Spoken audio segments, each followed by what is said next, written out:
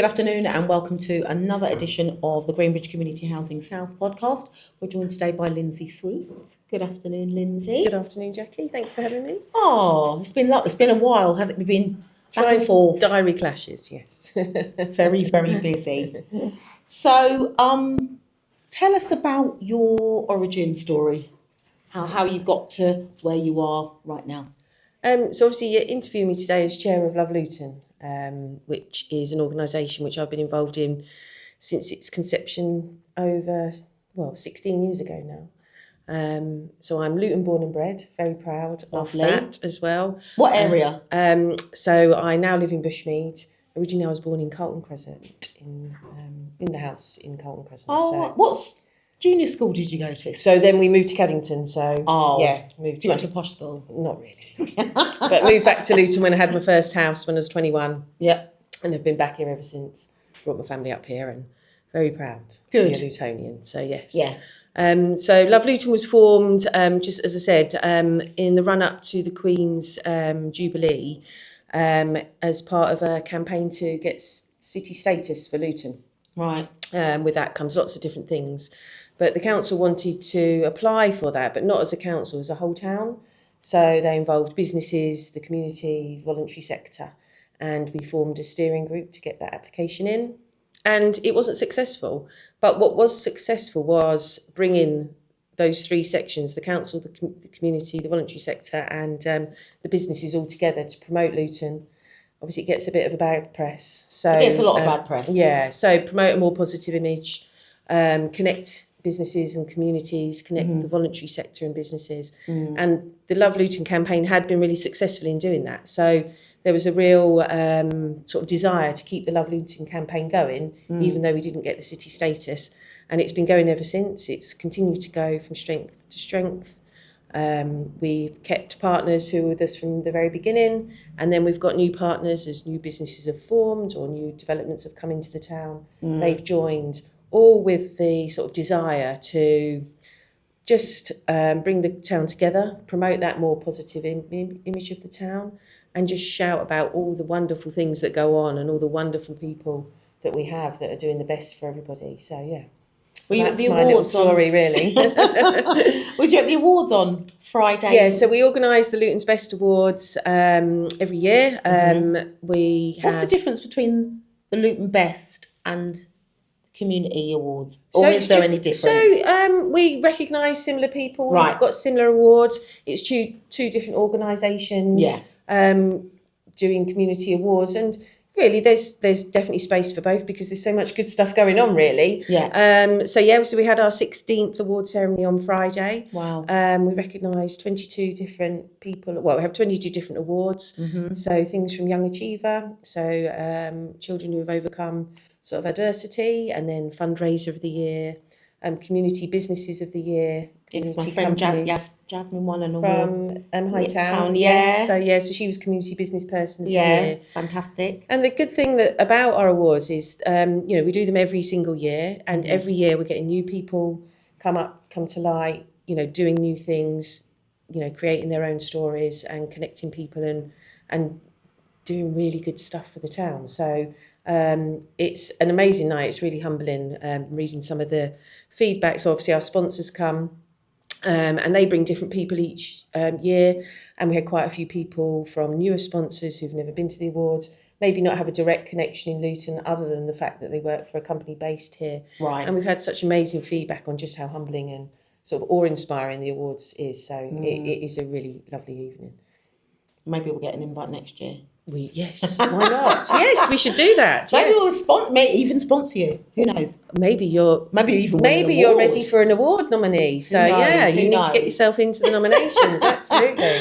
That's it. That's really interesting. Tell us something about you that people might not necessarily know.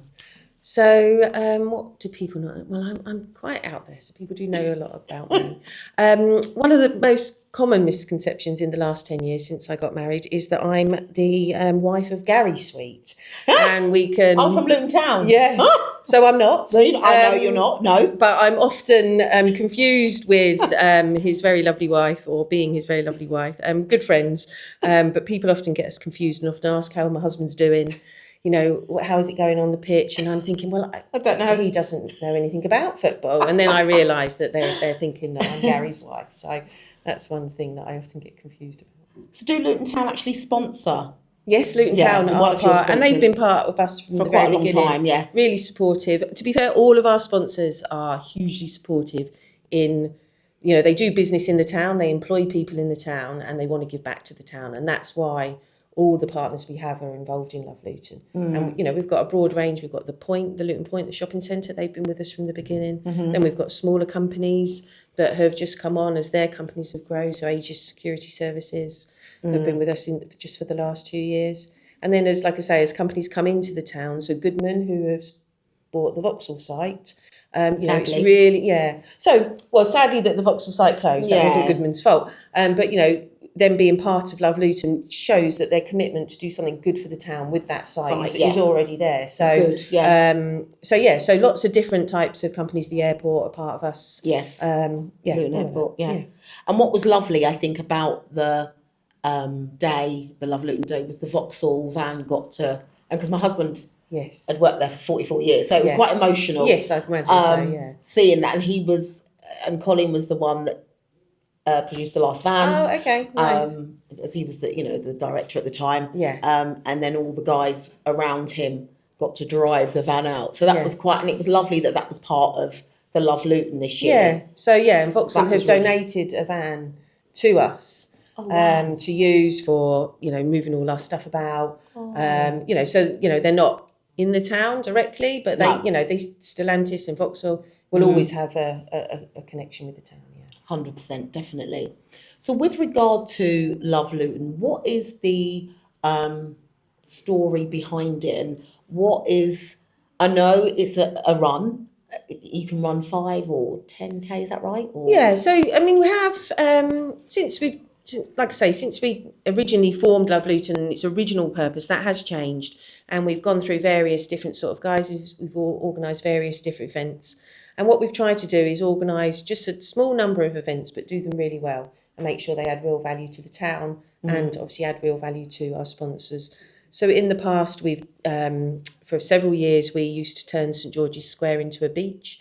So we used to, right, I remember. Put, I don't know, however many tons of sand, you know, donkeys, fairground rides and everything like that. And for a lot of children in the town, that would be the first beach they've ever seen and maybe the first donkey they've ever seen. And that was a really lovely event.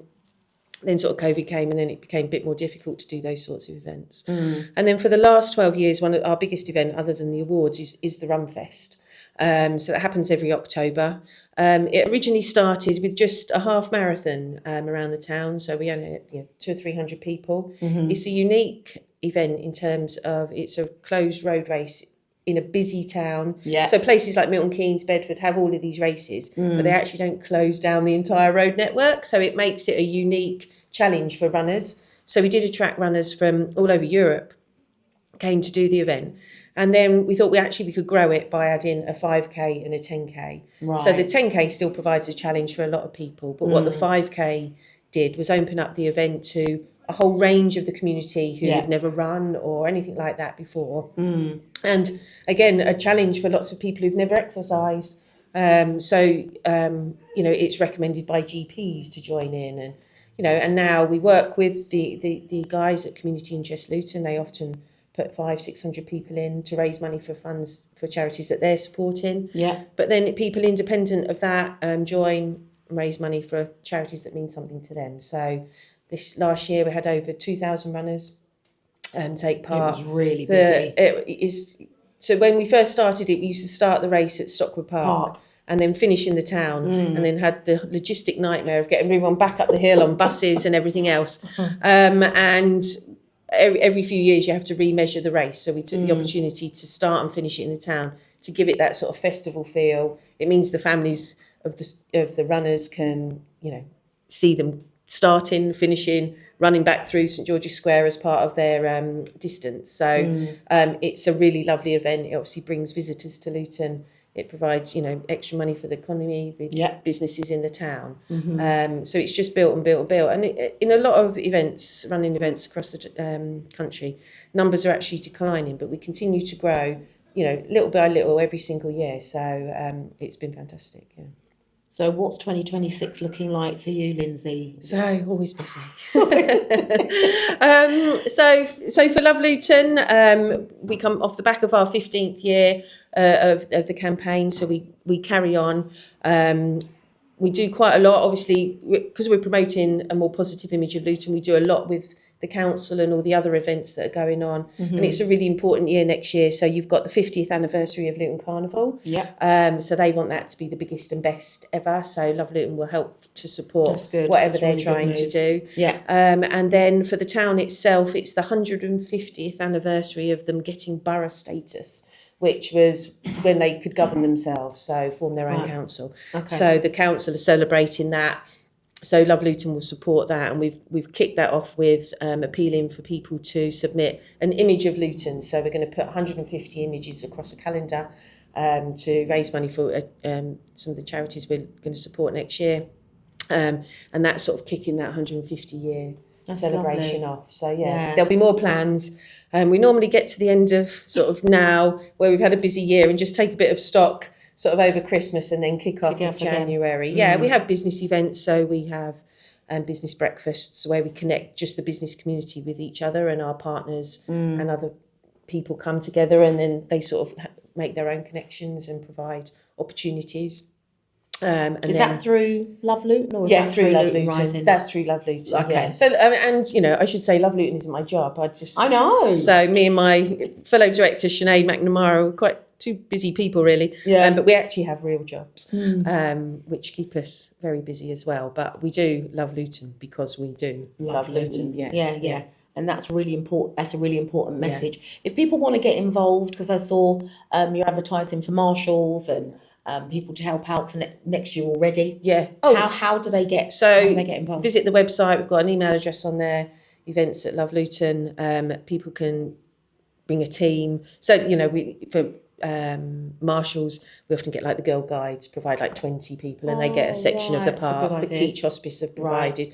So if you've got a group or you've got a set of people, and you can say, right, well, I can bring 10. We can always make use of more marshals, and it's really lovely for the participants because the marshals are really encouraged to cheer people on, and it just creates that lovely atmosphere. And one of the biggest bits of feedback we get from runners, and definitely runners who aren't from Luton, is just how much they are cheered on and what a lovely atmosphere the run was. It was really, really good. It's kind of a race. There are some serious runners in there. They come in really serious. They come in very, very fast. In fact, this year, because we had so many people take part, the 5K race had literally just passed the start line as the 10K first place was heading into town, so we had to quickly flip the line round and let him finish while they're very fast. Really fast. So you said like community groups or organisations can come together. Definitely. 5 or 10 people that can marshal and help out. But then they can also come together and run. And walk. That's what I will be saying to the guys outside. Yeah, why not?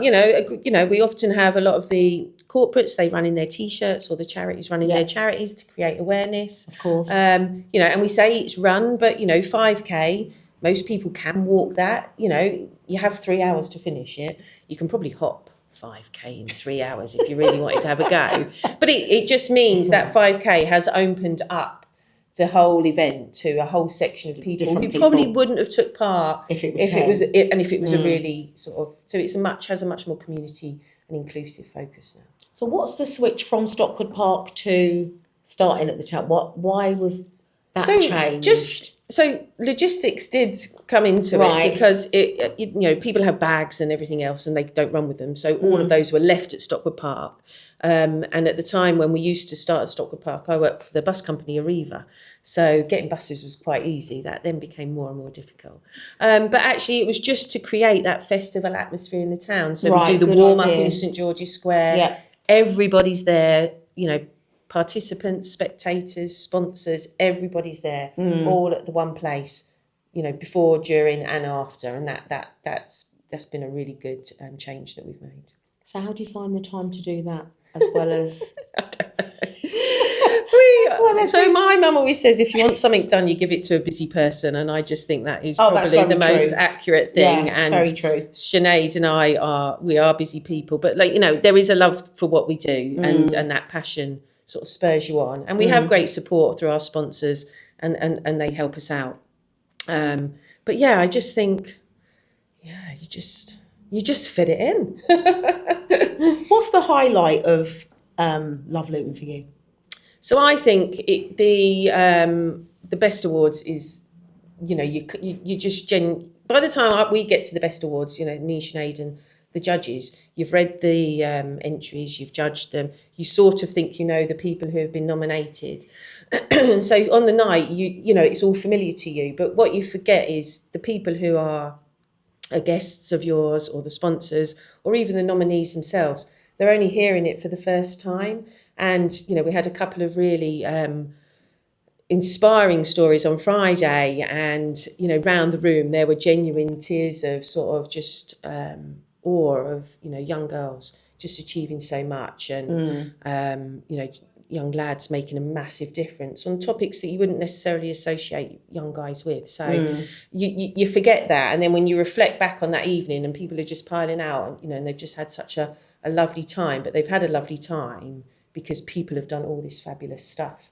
I think that event really always finishes the year off for me really, really nicely. But just, every time I see a more positive image of Luton, or I've changed the perception of somebody of Luton, that's always a win for me, definitely. What's the most positive image of 2025 for Luton, do you think? Well, it's not the football, unfortunately, which is very disappointing. I won't comment on that. I know. We will get there. We will get there. But it's funny because the football club has... still going? Sorry? Does John still go to the... Yeah, I take him occasionally. He's not the biggest Luton fan, but we'll gloss over that. But me and my son are season ticket holders, so we go regularly. But it's just, it really affects the town when the club's doing well, the whole town is lifted, and then it's all a bit gloomy. And it has such a positive and negative impact on how people are feeling. But it's really important. So we're hoping, that can come. And then, like I say, the things we've got organised, the celebrations, the carnival, the anniversaries, and there's lots of other things we've got in the sort of planning stages, which we can't reveal just yet, but we're hoping we can have a couple of big reveal of big events, which will be really exciting for the town. So, it's sort of more of the same, but it's always different because people are doing such amazing things, and then we uncover their stories. So, and that's what's important, isn't it? The uncovering of the stories that you don't necessarily get to hear about or see. I mean, when I went to the community awards, it was, yes, big businesses were recognised, and that's great. But what was really lovely was the grave diggers at Stopsley Vale. Exactly that. Exactly. I mean, I would never think. I mean, they're doing a thankless task every single day. Yeah, and they just get up, go and do their job, and they don't probably think anything of it at all. Yeah. And, and a lot of the people's, both of the award ceremonies recognised, none of them are doing it for the recognition. No. They're either doing it because they care, or it's important to them, or they've been affected by something. So they're not doing it, and often they're really humbled by the recognition they get. And I think that's really, really nice, because they don't do it for awards and ceremonies. They do it because it's really important to them. And they were completely shocked to have been, and it was quite emotional as well. Absolutely. Because they just never expected to get. No, it's and lovely. it's the champions of the community that we don't always see or hear about. That's right. So the awards are, I think, really, really important. Yeah, they really are. If there's any way that Greenbridge can get involved. Well, we'll certainly connect with you next year and get you more involved. That'd be brilliant. Because it's it's all those different links that you need to form and make sure that they're all connected, really, because we're all here for the same purpose. Yeah, definitely. To make things better. Yeah. So what's Christmas looking like for you? So I became a grandparent this year. Aww. So my little boys, if you're listening, I'm ready. Yeah. So I always said I had to wait until I'm 50, which is obviously giving away my age slightly. But little Max was born on the 1st of October. Oh, lovely! An absolute delight. First one of the generation. Yes. So Nice. It's very exciting to have a little grandson. It puts a different focus on life and everything in general. Definitely. So that's really special. Maybe a bit of a rest and relaxation, have a couple of days off at least. So yeah, and then just time with the family. It's really important. You just take a bit of time for yourself and your family. And yeah, really, really important. Yeah. Boxing Day football for you? It will be, yes. There's 9 of us going, so we'll be there. At least you on only have to Boxing travel Day. up the road, don't Is it home? Yeah, it's home on Boxing Day, I have to Yeah, travel. but a Boxing Day home match is really quite a nice way to spend the day. Not if it's in Bradford. Not if it's in Bradford. We wouldn't go away. But home, but yeah. So yeah, all family, all getting together. It's Nice. Really nice. Well, we'll definitely have you back in 2026. There's loads to talk about. Yes, because because we can come back. That. No, but we've got Luton Rising, You've got which is my Luton job. Rising and the Dart. Yeah, all of that. That's my day job. Which is the best thing ever invented, Wonderful. I have to say. Excellent. I actually have to say great. that it is the best thing ever. Brilliant. Getting to the airport. So there. good. Yeah. 3 minutes. Yeah. What more could you need? I know. Exactly. Just the I sunny just holiday remember at the to end. tap. Yes, you do. I need to remember to tap my card. Yeah, tap in. Tap in, tap out. Tap in But and yeah, tap more out. than happy to come back and Yeah. say all the good stuff that Luton Rising does. You know, Yes. that's part and parcel of the town's journey as well. So, Which is going to be important. really important coming up for this big status that we're applying for. Yes. Yeah, there's lots happening in the town. Yeah, loads and loads. Loads of investment. Yeah. Loads of job opportunities, the airport expansion, you know, Universal just up the road, and loads of exciting opportunities for Luton and the people of Luton and the youngsters of Luton to sort of, you know, really aspire to. Is there going to be, can you let us know if there's going to be a new rail network between Bedford and Luton for this, the studios? There's a new station going in at Wixham's, which is between Bedford and... Yeah, that's right in the middle, isn't it? Yeah, and then the fast trains that run on the Luton line, that they will call there. So there'll be more trains between Luton and Bedford. So the service should improve. Yes, it should improve, definitely. So. It's been an absolute pleasure. Thank you so much for taking the time to come in. No, you're welcome. Looking forward to speaking to you again and working closer with you in 2026. It'd be really good indeed. Thank you very much. Thank you.